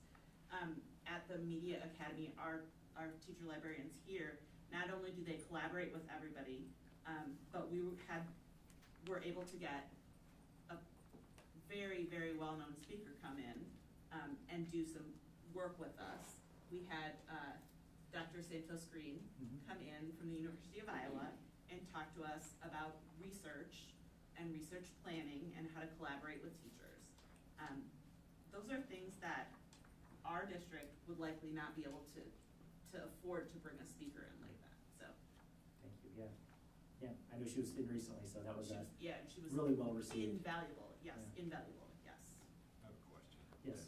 I know you can't predict the future, but if this were to happen, how much, and it kind of ties in with everything tonight here, how much of all this would fall back on our school nurses with the emotional support, the youth mental health, the first aid, the physical therapy, stuff like this where it just seems like everybody sends, okay, if we got a problem, go out, go see the nurse. Would we see a more, that they would get more touches now? That if, and I'm not talking about all the services, but obviously, but some of them, it seems like everybody just send it to the nurse. Would they see a bigger influx of work coming down to them? Like if somebody, say your first aid, or I'm sorry, your, let's say you have a hearing aid and it breaks, I mean, 99% of the people are gonna say, go see the nurse, right? So do you Yeah. think that, and I know you can't predict the future, but is that something you could see happening? I think people view the nurses as the do everything people, so Yeah, I that's can't what say I'm with, saying. I can't say with certainty, but yeah, hearing aid breaks, your natural inclination is gonna be, that's a medical device, go see the nurse, even though, like, that's really the work of an audiologist. Yeah, correct. So, yeah, But if we don't have one present. right. I could see that, I can't guarantee it, cause it Yeah, is hard to right. have a crystal ball on that, but I could certainly see that being a possibility. Okay. You've heard a couple comments about there's some dialogue out there about if you like your AEA, you can keep your AEA, and that this bill will open up flexibility to districts. Could you share with the, I mean, it could be that you keep our EA if that was an option, and just sort of talk through that flexibility component that's in the legislation. Yeah, so the way that the funding works now, so back in 1995, Chuck Grassley was in the Senate in Iowa. This is right after the Public Law 94-142 was passed, the federal legislation that said all students who have a disability are entitled to a free and appropriate public education. And states all over the country were scrambling to figure out what their system could look like to ensure equity, because during that time, or prior to that time, you could go to one district and students might have access to high quality services, and the district adjacent to that, they might have first of all, the kids maybe weren't even allowed in the same school, or they might be down the hall and never have any interactions with their same age peers. And fortunately, the federal government stepped in and said, we're no longer gonna alienate and marginalize students because they have a disability. So Iowa's response to that was to ensure equity across all districts. Doesn't matter if you're in Kalamazoo-Wheatland, or Clinton, or Bettendorf, or Columbus Junction, you're gonna have access to the same high quality special education services. That's why the AAs were formed back in 1975. And so since that time, there's been a lot of evolution. You can see the services that we provide are not just special education, but reading ed services, and that's been there since the beginning. In the initial formulation of Iowa code, it specifically says in there provisions for special education, funding for that, educational services, funding for that, and then funding for media services. And the way that they did that is they took the existing funding formula for all school districts, and then they added this on top of it. So it wasn't like the AAs didn't take away from the pie that school districts were getting. School districts continue to have the same funding formula, the property tax revenues, and then AAs were put on top of that. The reason they were is because our funding is based on total enrollment, so the total number of kids in your district, and then what's called weighted enrollment, which is based on the students who have disabilities in your district. That's how the funding formula worked. And so now what's happening with this proposed legislation, instead of having your district funding, which has always been there, and then the AA funding, which is called flow-through, your district funding would increase. So it would capture that. And then it's saying, you still have to provide those services, but now you're in control. As a superintendent and board, you would be in control of determining where those services come from. And that's the mechanism there, is you would now have access to theoretically all three funding streams: special education, ed services, and media, although media still is kind of up in the air whether or not that's gonna be funded. In the original legislation, only special ed was funded, no ed services, no media. The amendment has special education and ed services, and we can still do media, but you wouldn't get any dollars for that. So we suspect there's going to be another amendment because the House and Senate are working on some different pieces. Yeah, I was gonna comment, so I apologize, I was texting, because I wanted to get, I guess, some real-time feedback data on, it sounds like as the bill is written today, it's pretty much dead right now. So Yes. I'm guessing there's going to be some specific amendments to it, and then based on how those shake out, it sounds like those could affect a large number of details, right, as to what's going on and things. So I guess it'd be interesting, but it sounds as, talking to Senator Webster on, just to kind of get an idea, like, where is this thing sitting? Is this gonna be, got a shot, and it sounds like, to your point, right now, it's kind of dead as it's written. Yep. But they're gonna have to make some, if it's gonna go anywhere, there's gonna have to be some significant amendments, and I'm sure it's to a lot of the points that you're expressing right now and things, but, so I appreciate it. I was just curious, I was gonna ask where that stood, so I don't know if that's encouraging or not. Do you know Yeah, what I mean? it's certainly more encouraging than Yeah, initial, right. which we were Sure. pretty shell-shocked. Another piece, just for board awareness, that I think is also important, is we also have a board of directors, and so we have local control. Our board is composed of people who represent you all. So we have board members who represent Bettendorf, who speak on behalf of the stakeholders in Bettendorf. One of the pieces in the proposed bill is that local board would no longer have authority, and all those decisions would be consolidated in Des Moines at the director. So we have concerns about that, because right now, if Dr. Morse asks for a service, speaking on behalf of your district and your board of directors, Mississippi Bend is gonna come through. We're gonna be responsive, and we're gonna fit those needs. In the proposed bill, that would all have to be approved through a chain of command that goes through Des Moines. It may or may not be approved. Certainly, there's gonna be a slowdown in the responsiveness if that happens. We also believe that the best people to make the decisions are the people most closely connected to the kids. Like, you all are empowered to make the best decisions for the students in Bettendorf. We believe our board is best positioned to make decisions for our 21 districts because they represent the stakeholders in all 21 of our school districts. So that's another piece that maybe hasn't been highlighted as much, but that local control, we think, is a critical driver of our effectiveness. I have a question. Kind of going back to that flow-through piece and choosing to use the AEA. Can you talk about how services might be affected if, say, 3 of your districts decide not to use that U? How would that then affect the services available to the rest of the districts? Might depend on the size of the district.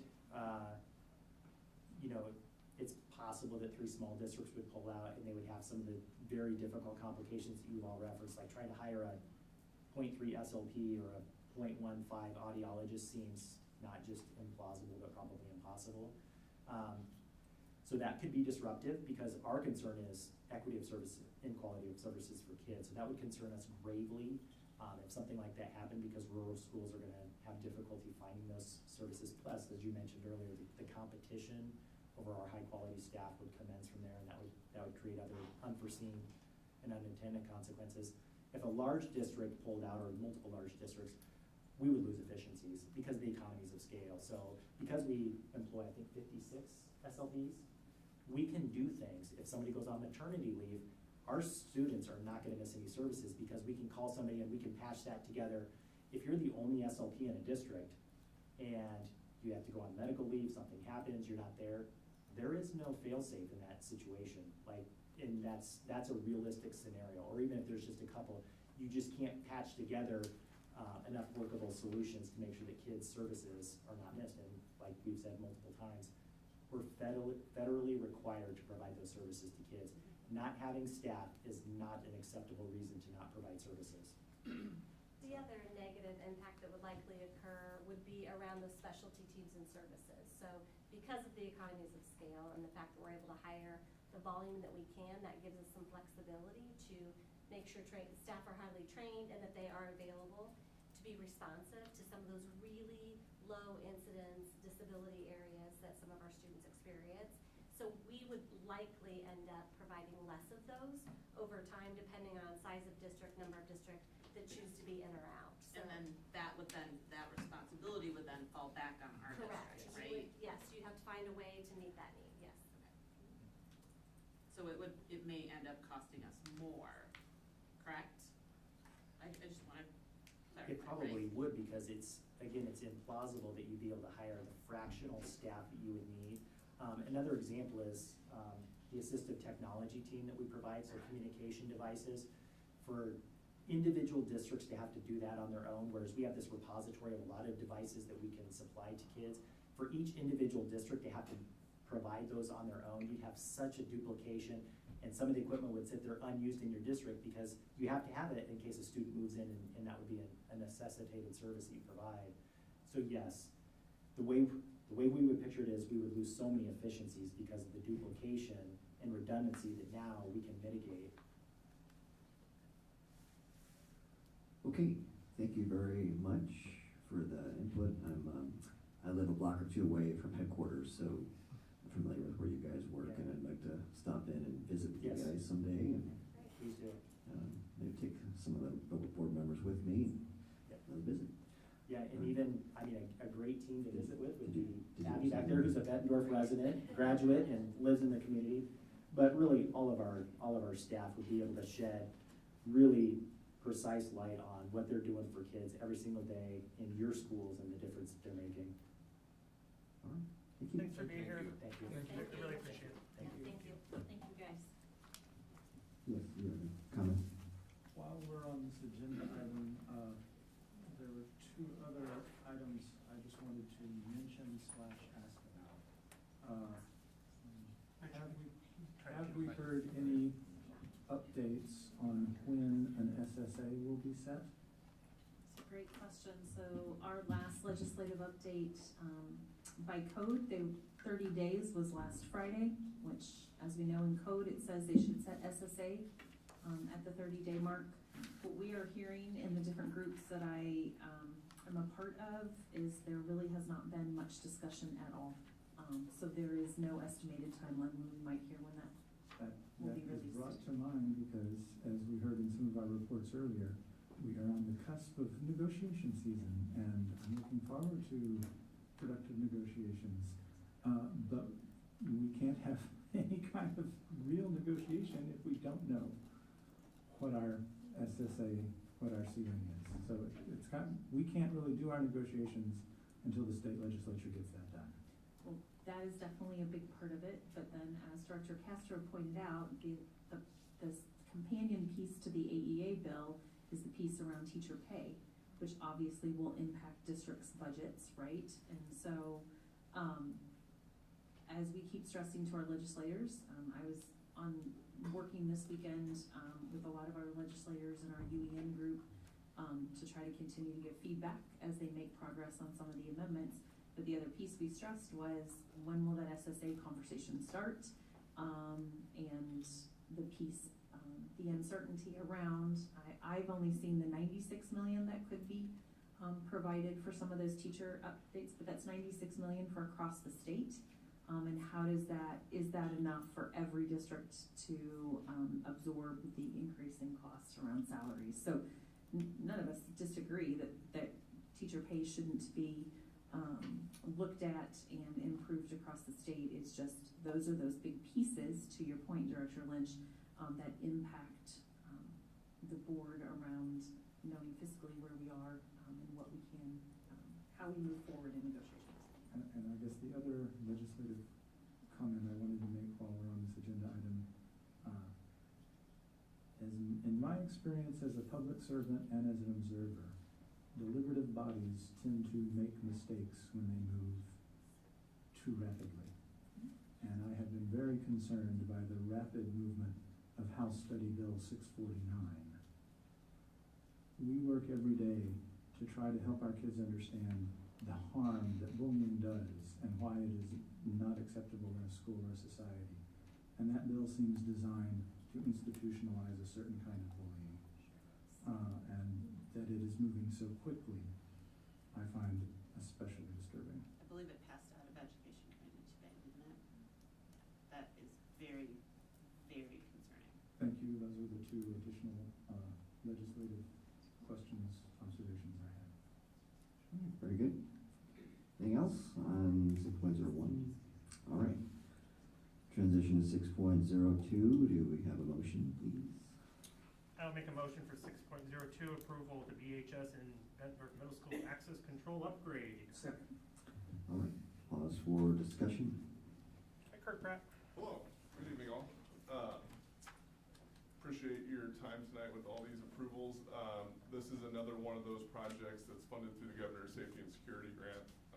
So it's on budget. Hopefully we won't see too much district money that has to flow through that, but that's what it is. So it's the access control high school and middle school. If you don't know, that's the fob system that lets people in and out of the doors. Also gives us a record of who came in and out.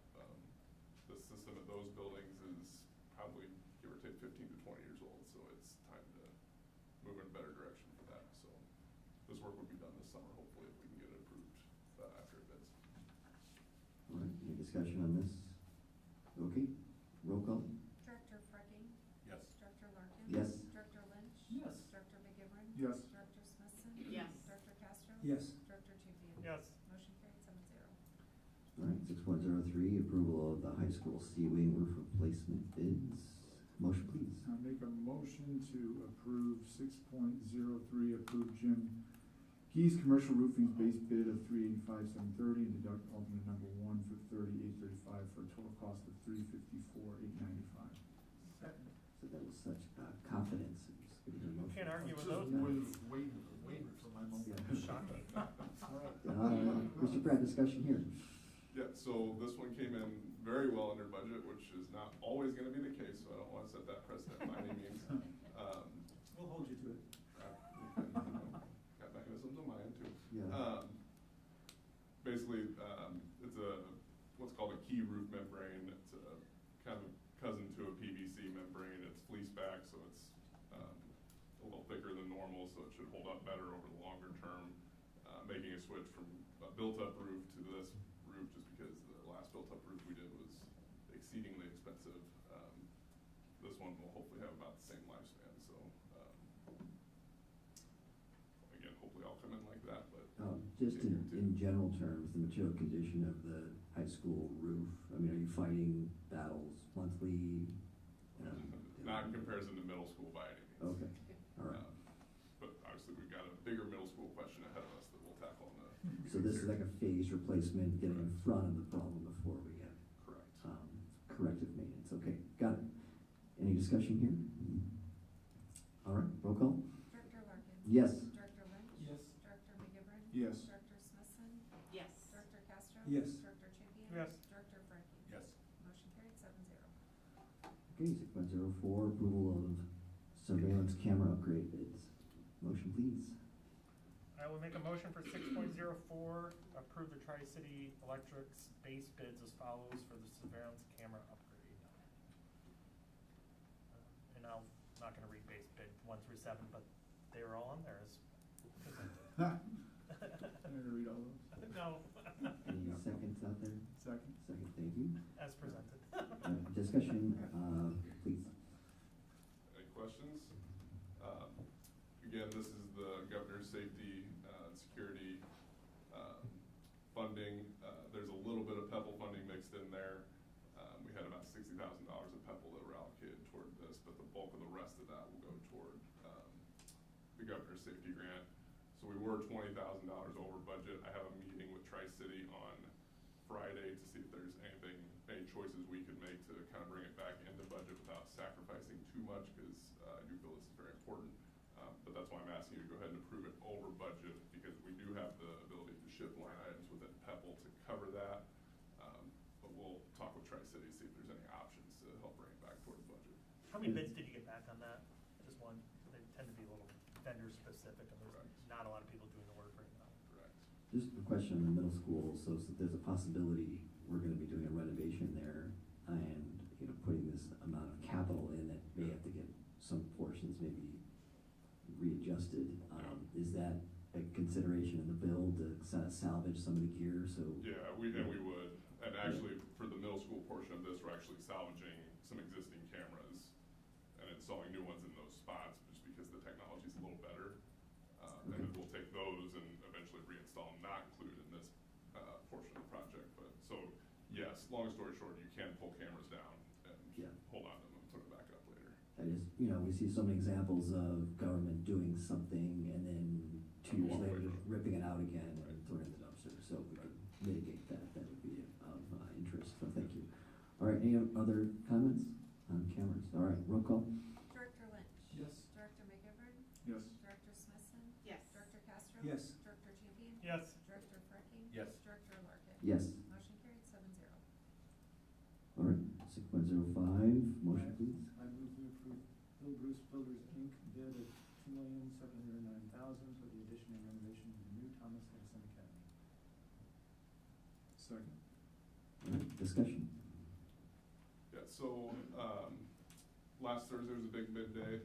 We had 3 of them. This is the final one we'll talk about tonight. We received 4 bids. They were all relatively tight.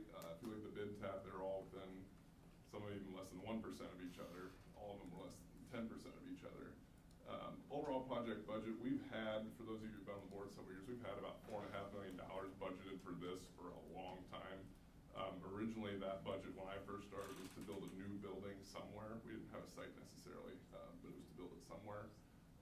As the inflation post-COVID came, that became obvious that that $4.5 million was not gonna go as far as we thought it would.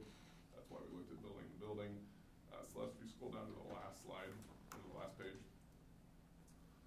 So, this was a budget I put together when we got our price finalized with the building over there on Victoria Street. You can see the construction budget I had for it. Again, I was just basing everything off square footage and dollars per square foot and whatever. It was $2,798,000. The low bid you all will hopefully approve here at the end of this discussion was $2,709,000. Doesn't always happen that way either, but that's to show we're well within our budget. And even the total budget, all the way at the bottom, Celeste, is still 4.2, so we're still sitting financially very well, and that also does not include any revenue we're getting from selling the current building. So from a financial standpoint, this project is well under the budget we've had for years. Kurt, I think this is amazing. This is literally 6 years of me being on the board, and there's finally a bid. Yeah. There's It is pretty a exciting. contract. So There's Bill gonna be a Bruce, new Edison. Builder, what do we know about them? Have you worked with them before? So Bill was the project manager for Bush Construction on the Mark Twain project. Right before that project got done, he got the itch to start his own company. He's done very well. He built our Hoover addition and renovation for that project. He's doing a lot of work for Davenport right now. He's got the West High improvements. He actually just got the Pleasant Valley bid as well. He's doing their, I think he's doing their school expansion up in Forest Grove too, right? Yeah, and he's also doing their junior high. So the important thing to note is they have a lot of subs, and he has good relationships with the subs. So he's not stretching himself too thin necessarily by taking on all these things, because a lot of the actual work is done by subcontractors. Yeah, so have you worked with them before? Oh, yeah. All right. Any history of, they felt out like workups or when they have a what's that called? A change order? Change order, He yeah. actually had an incredible lack of change orders at Mark Twain. When you compare that to our prior elementary we just built, or built just prior to that, that was constant change orders, I think they were back here so few and far between for anything at Mark Twain. That was an incredibly manageable project. Okay. Getting that, so. Yeah, Bill- I'm Bill's sensitive to low bids and then change orders Yeah. later, yeah, yeah. It's a good question. Okay. Okay, Thank you. We'll go to roll call. Director McGivern. Yes. Director Smithson. Yes. Director Castro. Yes. Director Champion. Yes. Director Frecking. Yes. Director Larkin. Yes. Director Lynch. Yes. Motion carried 7-0.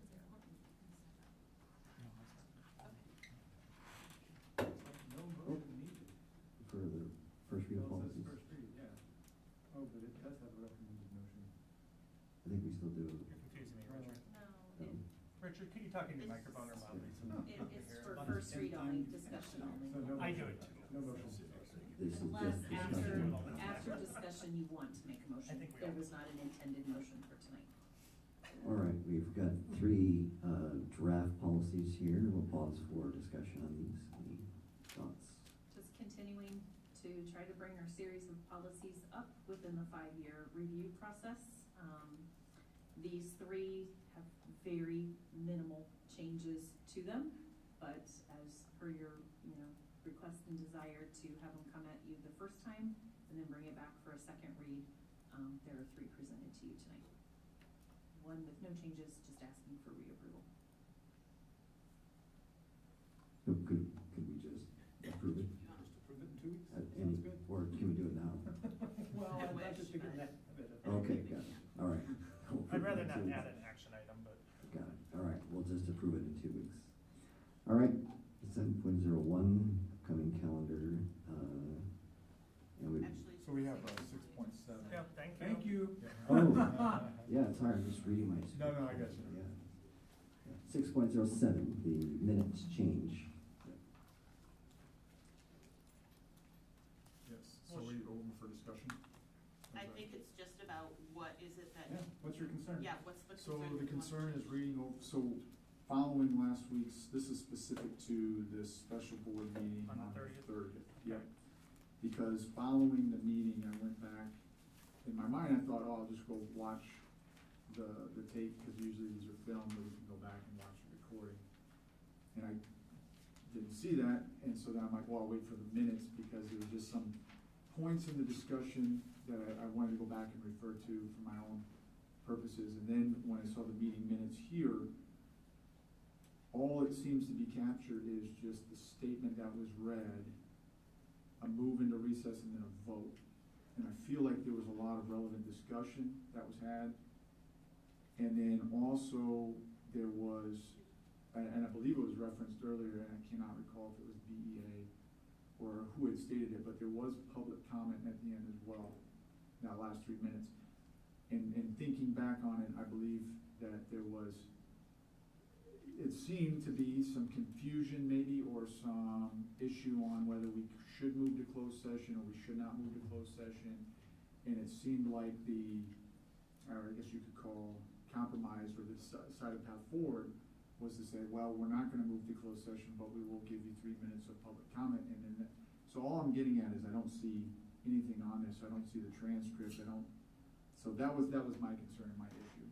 And that's why I wanted to throw that out. I don't know what's appropriate now, discussion, or if we can, I would like to recommend seeing, I don't know, do we have a recording? Do we have a transcript from? We always do. It's That's, It's transcribed, the whole, well, I don't think the transcription is running it because the hearing hadn't started. Okay. but Well, we have to. but the recordings are Court preserved. reporter. Oh, we do? The court reporter, I don't think was started until, because the hearing had not officially, the closed session had not started. So are you concerned that the Well, I the just, I recording of guess. the meeting is enough? Well, let me say it this way, I don't feel there was a very accurate portrayal of that meeting. So I think you wanna add in the minutes, I wanna the add- discussion That that. there was discussion that had. you had, your discussions Right. and the comments And then the by public comments that were made. the Right. 3-minute public comment. Correct, Yes. yes, that's mine. Just, I hear you. It's a reasonable thing to be concerned about, but you go back and look at minutes, they are skeletal. Sure. In fact, the only state requirement is that it record who's present and how votes went, Sure. right? So anything in here describing what got discussed, that's sort of bonus for the minutes. Yeah. Because there is a recording about, let's get into all the details. The minutes are a much cleaner operation. I don't feel like we need to have every single detail. And I wanna be clear, I'm not recommending that we record every detail detailed in the I mean, minutes. are you thinking a sentence that after the vote, employee's attorney spoke for 3 minutes?